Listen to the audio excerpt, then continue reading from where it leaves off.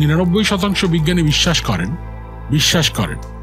1377 কোটি বছর আগে একটা অত্যন্ত ছোট্ট বিন্দু সম জায়গা থেকে আমাদের মহাবিশ্বের শুরু, এই সব শুরু।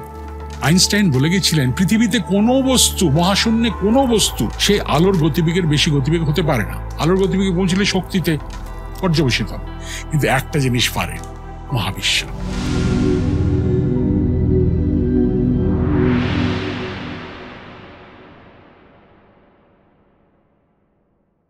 এবার স্যার আপনাকে একটা জিজ্ঞাসা করছি যে আমরা এই যে মহাবিশ্বে রয়েছে, এই যে ইউনিভার্স, এইটা কতটা বড় আমাদের একটু আইডিয়া।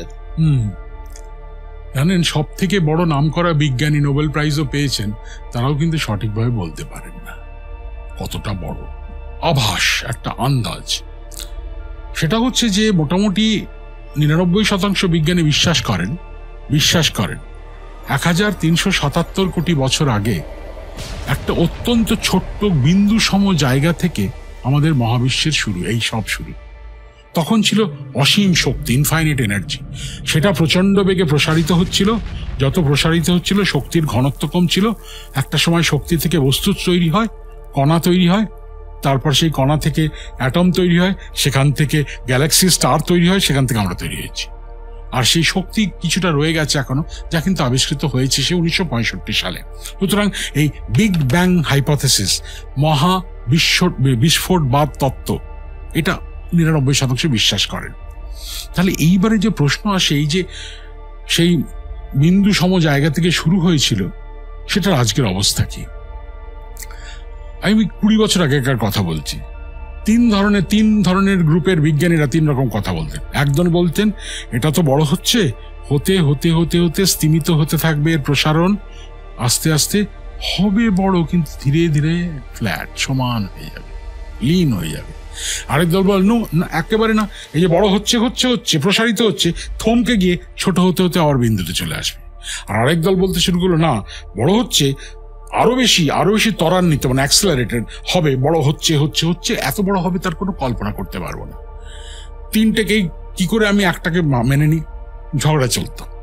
1997 সালে একটা আবিষ্কারের পরে দেখা গেল বড় হচ্ছে, আরো বড় হচ্ছে, প্রতিনিয়ত বড় হচ্ছে, এটাই বোধহয় সত্যি। যার জন্য মাত্র 2004-05 সালে নোবেল প্রাইজ দেওয়া হলো।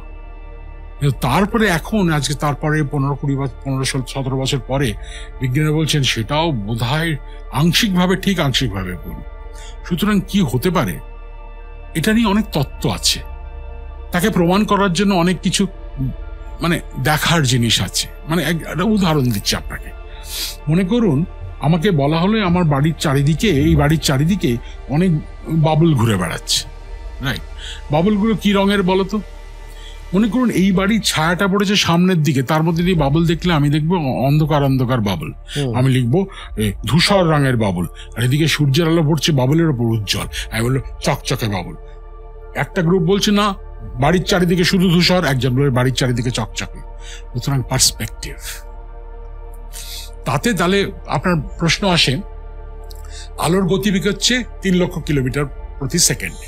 তাহলে 1377 কোটি বছর আগে যদি ব্রহ্মাণ্ড শুরু হয়, আলো 1377 কোটি বছর ধরে ভ্রমণ করেছে। তার মানে আমি কি দূরতম বিন্দুটাকে দেখবো যেটা 1377 আলোকবর্ষ দূরে?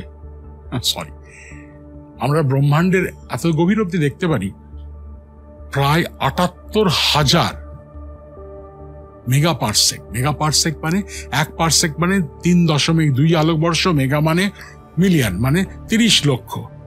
78,000 ইন্টু 30 লক্ষ গুণিতক, যত আলোকবর্ষ হয় তত দূর অবধি দেখতে পাবো। কেন? আলো তত সময় পায়নি। তার কারণ আইনস্টাইন বলে গেছিলেন পৃথিবীতে কোনো বস্তু, মহাশূন্যে কোনো বস্তু সে আলোর গতিবেগের বেশি গতিবেগ হতে পারে না। আলোর গতিবেগে পৌঁছলে শক্তিতে পর্যবেসিত হবে, কিন্তু একটা জিনিস পারে, মহাবিশ্ব, স্থান, স্পেস, সে কিন্তু আলোর থেকে বেশি গতিবেগে বাড়তে পারে। যা ঘটেছিল প্রাথমিকভাবে, সেই জন্য অনেক বড় হয়ে গেছে। মানে গল্প কথা মনে হচ্ছে, কাল্পনিক মনে হচ্ছে বিজ্ঞান, সব প্রমাণিত হয়ে গেছে। এটাই মজার ব্যাপার। আমরা কি এন্ড, মানে আমাদের অবজারভেবল ইউনিভার্সটা কি অ্যাকচুয়ালি এন্ড অফ ইউনিভার্স, নাকি এন্ড অফ ইউনিভার্স অবধি আমরা অবজার্ভ করতে পারিনি এখন অবধি? আমাদের অবজারভেবল ইউনিভার্স হচ্ছে এই যে গ্লাসের যে পরিধি, এটা। আর অ্যাকচুয়াল সত্যিকারের ইউনিভার্সের থেকে অনেক বড়। আলো তো এসে পৌঁছতে পারেনি আমাদের চোখ অব্দি, আলো এসে পৌঁছতে পেরেছে এই রিম থেকে বেরিয়ে আমাদের চোখ, আমরা যদি মধ্যখানে থাকি। তবে এই গ্লাসটা কিন্তু প্রতিনিয়ত বড় হচ্ছে, যত দিন যাচ্ছে তত এক আলোর দিন থেকে বাড়ছে, গুলিয়ে যাচ্ছে সব। এবার আসছি যে আমাদের একটা মাল্টিভার্সের থিওরিও মাঝে মাঝে শোনা যায়। এবার এই ইউনিভার্সের বাইরে কি আর কোনো ইউনিভার্স আছে বা সম্ভাবনা আছে? এটা তো মানুষের সাধারণ প্রশ্ন। আর আমাদের বাঙালিরা তো আমরা সবসময় ভেতরের মানে খোঁজার চেষ্টা করি, আমাদের ভেতরেই আছে। আচ্ছা, ব্রহ্মাণ্ড আপনি তো বললেন সেই পডকাস্টে 1377 বছর আগে তৈরি হয়েছিল, সেটা কোথায় ছিল? বা তার আগে সময় বলতে কি বোঝাতো? 20-30 বছর আগে অব্দি বিজ্ঞানীরা খুব গম্ভীরভাবে উত্তর দিতেন, তার আগের কথা জিজ্ঞেস করো না। কোথায় ছিল বলতে কি কিছু মানে নেই, তার আগে কি ছিল কোনো মানে নেই। কেন? ওই বিন্দু সম জায়গা থেকেই শুরু হয়েছিল স্থান এবং কাল, স্পেস এবং টাইম। তার আগে আমরা জানি না। তারপরে এটা অনেকের কাছে খুব একটা ভালো তত্ত্ব লাগেনি, কিন্তু কি করবে, অন্য তত্ত্বও দিতে পারছে না, চেষ্টা তো করছে। তা 90-এর দশক থেকে শুরু করে একদল বিজ্ঞানী তারা কণাবিদ্যা বা পার্টিকেল ফিজিক্সকে নতুন একটা আঙ্গিকে দেখতে শুরু করলেন। তার গভীরে আমি যাচ্ছি না, কিন্তু তারা বললেন এই মহাবিশ্ব যখন শুরু হয়েছিল, বললাম না অসীম শক্তি ছিল, সে অসীম শক্তি কোনো কিছুই তো একেবারে সমান হতে পারে না। কোথাও একটু বেশি হয়, কোথাও কম হয়, একটু বেশি। একটা কাগজকে আমি যদি রং করে দিই, সব জায়গায় রঙের ডেন্সিটি এক হবে কি? কোথাও একটু বেশি, কোথাও একটু কম হবে। সেই রকমই এই শক্তির যে মহাসাগর বলতে পারেন, কোথাও একটু বেশি ছিল, কোথাও একটু কম ছিল। তাকে আমরা ইংরেজিতে বলি কোয়ান্টাম ফ্লাকচুয়েশন। এই কোয়ান্টাম ফ্লাকচুয়েশনের বেশি যে একটু ছোট্ট বেশি, সেখান থেকে ফট করে ব্রহ্মাণ্ড সৃষ্টি হলো, মানে এনার্জি মাসে কনভার্ট হলো। সেইটা আমাদের ব্রহ্মাণ্ড। এরকম অন্য জায়গাতেও আরো ব্রহ্মাণ্ড সৃষ্টি হয়ে থাকতেই পারে, প্যারালাল ইউনিভার্স, সমান্তরাল ব্রহ্মাণ্ড। কিন্তু আপনি যদি বলেন আমি দূরের তারাতে তো যাবোই, সমান্তরাল ব্রহ্মাণ্ডটা দেখবো, পারবেন না। কারণ এদের দূরত্ব এত, আলোর ভ্রমণকাল থাকলেও কোনোদিনই আমরা পৌঁছতে পারবো না। তাত্ত্বিক মানে সম্ভাবনা আছে, প্রবাবিলিটির তত্ত্ব।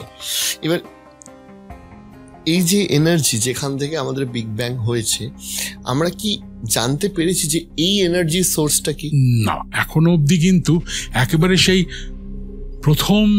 প্রথম সেই আলো, উষার আলোর মতো প্রথম সেই শক্তি পুঞ্জ কোথা থেকে হয়েছিল এটা কিন্তু সঠিকভাবে অনেকে নতুন তত্ত্ব দিয়েছেন, অঙ্ক কষেও দেখিয়েছেন, কিন্তু সেটাই যে এটা, ওই যেমন বললাম কালো রঙের বুদবুদ আর উজ্জ্বল বুদবুদ, এক একজন এক এক দিকে গিয়ে তারা প্রমাণ করেছেন, কিন্তু সেটাই যে সত্যি সেটা নয়।